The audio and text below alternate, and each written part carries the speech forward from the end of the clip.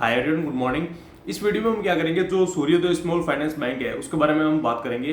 देखो, ये एक स्मॉल फाइनेंस बैंक है। इसका जो पोर्शन है पोर्टफोलियो का, वो देखो 48% के आसपास में इसका एक अनसिक्योर्ड पार्ट है और 52% के आसपास में ये सिक्योर्ड पार्ट पे है जो इसका लोन बुक है। ठीक है, यहाँ पर हो क्या रहा है, जैसे अगर मैं पिछले कुछ टाइम से की बात करूँ तो यहाँ पर जो माइक्रो फाइनेंस की जो कंपनियां है उसकी यहाँ पर हालत टाइट हो चुकी थी। अगर हम पिछले एक साल की पीरियड की अगर बात करें तो देखो यहाँ पर बहुत सारे डिफॉल्ट हो रहे थे, तभी यहाँ पर बहुत सारे रेगुलेशन आए। तो इसके बारे में हम बात करेंगे। देखो, जब हम माइक्रो फाइनेंस या स्मॉल फाइनेंस बैंक की अगर हम बात करते हैं ना, तो वहां पर अपने को एक मंथ वाइज मंथ है जो डेटा चेक करना चाहिए, तभी अपने को पिक्चर नजर आती है। आप लोग क्या करते हो, उसको ईयर ऑन ईयर है जो चीजें चेक करते हो, वहां पर चीजें है जो क्लियर नहीं होती। देखो, हर बिजनेस की एक अलग साइकिल होती है और उनको एनालाइज करने का अलग तरीका होता है। जैसे माइक्रो फाइनेंस में क्या होता है, सडनली चीजें खराब होती है, फिर सडनली यहाँ पर चीजें खराब होने के साथ में जो इंप्रूवमेंट है जो हर मंथ वाइज आती है। तो अपने को जो हम क्या करते हैं, उसको ईयर ऑन ईयर चीजें चेक करते हैं। पिछले साल चीजें अच्छी थी तो इस साल अभी चीजें खराब है, तो अभी तो और ज्यादा खराब नजर आएगी ना। जैसे अगर हम जनवरी फरवरी मार्च के क्वार्टर को अगर यहाँ पर मंथ वाइज अगर इसको जो ट्रैक करें, मंथ वाइज डेटा अगर चेक करें, जैसे यहाँ पर जो कलेक्शन एफिशिएंसी क्या हो रही है, यहाँ पर डिस्बर्समेंट क्या हो रहा है, तभी अपने को चीजें है जो परफेक्ट नजर आएगी। यहाँ पर तभी अपने को एक ओवरऑल व्यू मिलेगा कि यहाँ पर चीजें है जो अच्छी होती हुई नजर आ रही है या बेकार होती हुई नजर आ रही है। तो यहाँ पर मैं आपको कुछ चीजें बताते हुए चलता हूँ। जैसे अभी के अगर डेटा देखें तो मैं आपको कुछ डेटा बताता हूं। तो अभी इनके जो रिजल्ट आए थे वहां पर ग्रोस एनपीए ऑलमोस्ट है जो 9% के आसपास में पहुंच चुके थे। एग्जैक्ट नंबर बताऊं तो 8.46% के आसपास में ग्रोस एनपीए है और यहाँ पर जो नेट एनपीए है वो 5.64% के आसपास में। तो अभी तो देखो चीजें बिल्कुल खराब नजर आ रही है, लेकिन ऐसा बिल्कुल नहीं है क्योंकि यहाँ पर अगर हम मंथ वाइज अगर डेटा चेक करेंगे ना, तो वहां पर बहुत ज्यादा इंप्रूवमेंट नजर आ रही है। देखो, मेरे को यहाँ पर जो माइक्रो फाइनेंस सेक्टर को ट्रैक करते हुए काफी समय हो गया। ठीक है, यहाँ पर मैं हर कंपनियों के हर डेटा चेक कर रहा हूँ और ध्यान से नजर बनाई रखी हुई है कि यहाँ पर चीजें किस हिसाब से वर्क कर रही है। ठीक है, तो अगर मैं आपको कुछ पॉजिटिव पॉइंट बताता हूँ, जैसे यहाँ पर कलेक्शन एफिशिएंसी क्या हो रही है, मैं मंथ वाइज डेटा आपको बताता हूँ। इस जो बैंक के बारे में बता रहा हूँ, सिर्फ सूर्योदय बैंक की बात कर रहे हैं हम। तो देखो, अप्रैल में जो 97.5% के आसपास में थी, वो जून क्वार्टर में यहाँ पर 98.4% के आसपास में हो चुकी है, यानी कि मंथ वाइज है जो इंप्रूवमेंट हो रही है। अब कंपनी का कहना है कि हम जो ये जुलाई का महीना निकला है, इसमें हमारी जो कलेक्शन एफिशिएंसी है वो 99% के आसपास में पहुंच चुकी है। देखो, अगर हम फाइनेंशियल की अगर बात करें ना, तो वहां पर अगर कलेक्शन एफिशिएंसी 99% के आसपास में रहती है ना, तो वहां पर एक स्टेबल माना जाता है। इस चीज को मैंने काफी कॉन में भी बढ़ाया और यहाँ पर चीजें देखी भी है।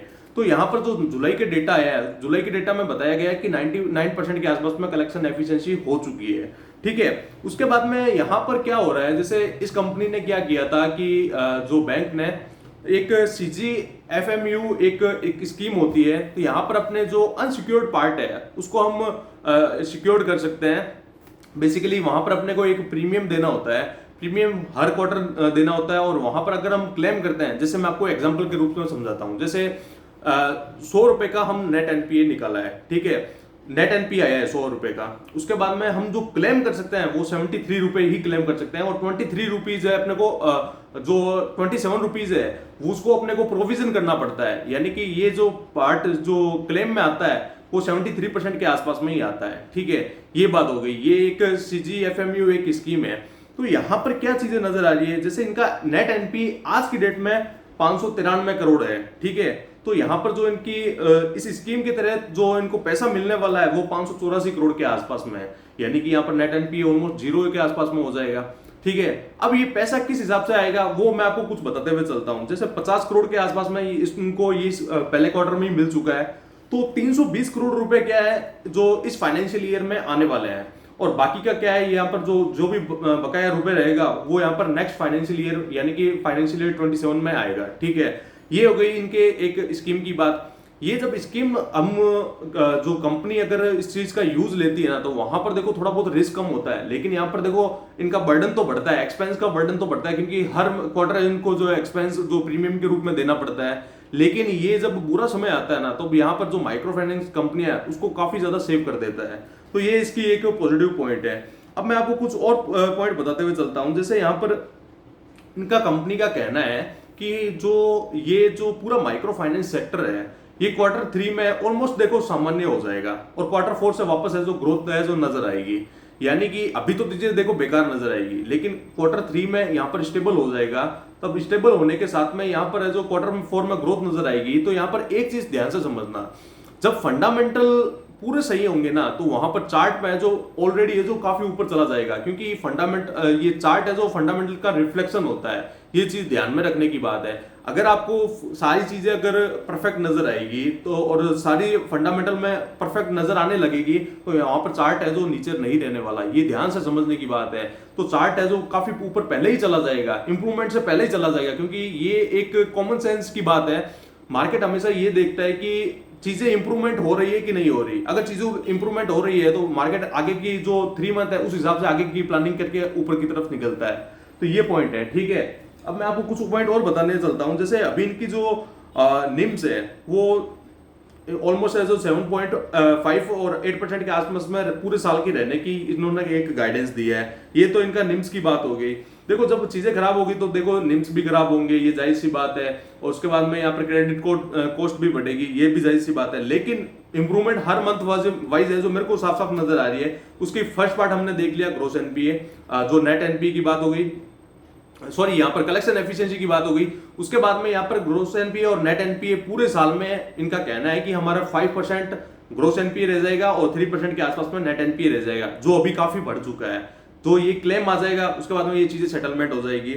उसके बाद में मैं आपको कुछ और पॉइंट बताता हूं। जैसे इनका कहना है कि क्रेडिट कॉस्ट है जो Q3 से है जो हमारे जो स्टेबल हो जाएंगे। तो जैसे चीजें देखो स्टेबल होगी वैसे ही यहाँ पर क्रेडिट कॉस्ट भी स्टेबल हो जाएगी।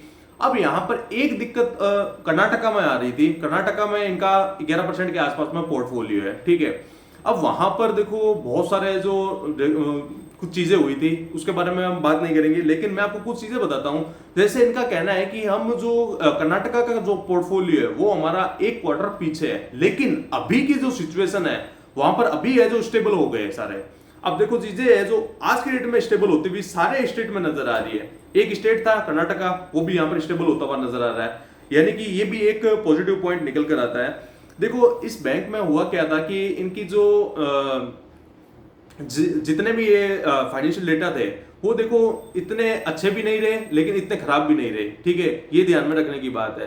तो यहाँ पर देखो बाकी कंपनियां है जो ऑलमोस्ट स्टेबल हो चुकी है, ये थोड़ी बहुत ऊपर नीचे है जो वेरिएशन नजर आ रहा था, लेकिन अभी है जो इस क्वार्टर से मेरे हिसाब से ये स्टेबल हो चुका है ये भी बैंक, ठीक है। अभी हम बात करते हैं स्लिपेज की। स्लिपेज क्या है, इस क्वार्टर में यहाँ पर इनका कहना है कि हमारा 308 करोड़ के आसपास में स्लिपेज था।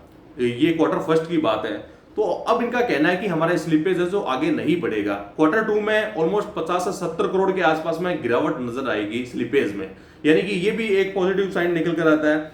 उसके बाद में कंपनी का कहना है कि हमारा जो ROA और ROE है पूरे साल का, हम पूरे साल की बात कर रहे हैं, पूरे साल में ROA रहेगा 1.6%, जो अभी है जो 0.75% के आसपास में होगा। तो हमारा इनका कहना है कि 1.6% के आसपास में पूरे साल में रहेगा ROA, ठीक है। और यहाँ पर ROE की अगर बात करें तो 12% के आसपास में रहने का इनका अनुमान है कि हमारा 12% के आसपास में ROE रहेगा, जो कि अभी 7.86% के आसपास में होगा, ठीक है। ये इनका गाइडेंस है ROA ROE की तरफ। उसके बाद में हमने दूसरी बात कर ली, हमने इनकी ग्रोस एनपीए नेट एनपीए की भी बात कर ली। तो ये इनके डेटा है।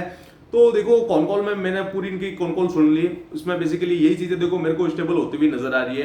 तो ये देखो पॉजिटिव साइन नजर आ रहे हैं। मैं अगर आपको कुछ और पॉइंट बताने लगूं, जैसे यहाँ पर जो डिस्बर्समेंट है, तो यहाँ पर आप देखना, जो मैं आपको स्लाइड बता देता हूं, आप इसकी लेटेस्ट प्रेजेंटेशन ओपन करना और 7 नंबर स्लाइड पर जाना, तो आप देखोगे जो Q4 2025 में डिस्बर्समेंट यहाँ पर 2101 करोड़ रुपए के आसपास में था, वो इस क्वार्टर में बढ़ गया है। इस क्वार्टर में बढ़कर है जो 2261 करोड़ के आसपास में हो गया है। यानी कि ऑलमोस्ट है जो यहाँ पर क्वार्टर ऑन क्वार्टर, मैं ईयर ऑन ईयर की बात नहीं कर रहा, क्वार्टर ऑन क्वार्टर की बात कर रहा हूं, यहाँ पर डिस्बर्समेंट यहाँ पर बढ़ाना स्टार्ट कर चुके हैं। और अगर मैं आपको एक पॉइंट और बताऊं, जैसे इनका कहना था कि हम जो जनवरी से लेकर अभी तक, ठीक है, जनवरी से लेकर अभी तक इन्हों का क्या कहना है कि हमने 200 करोड़ के आसपास में जो यहाँ पर इनका अनसिक्योर्ड पार्ट का है पोर्टफोलियो वो भी बना दिया है।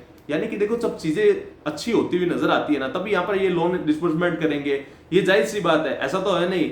देखो, जब बैंकिंग की एनबीएफसी की बात आती है ना, तो वहां पर ये चीजें ध्यान में रखने की बात है कि अपने को ईयर चीजें चेक नहीं करनी है। और जब साइकिल में जब चीजें काम करती है, तो वहां पर मंथ वाइज मंथ चीजें ही चेक करनी है, तभी अपने को पूरा एनालिसिस होगा। तो ये देखो, एक सूर्योदय बैंक के बारे में हमारा डिस्कशन था।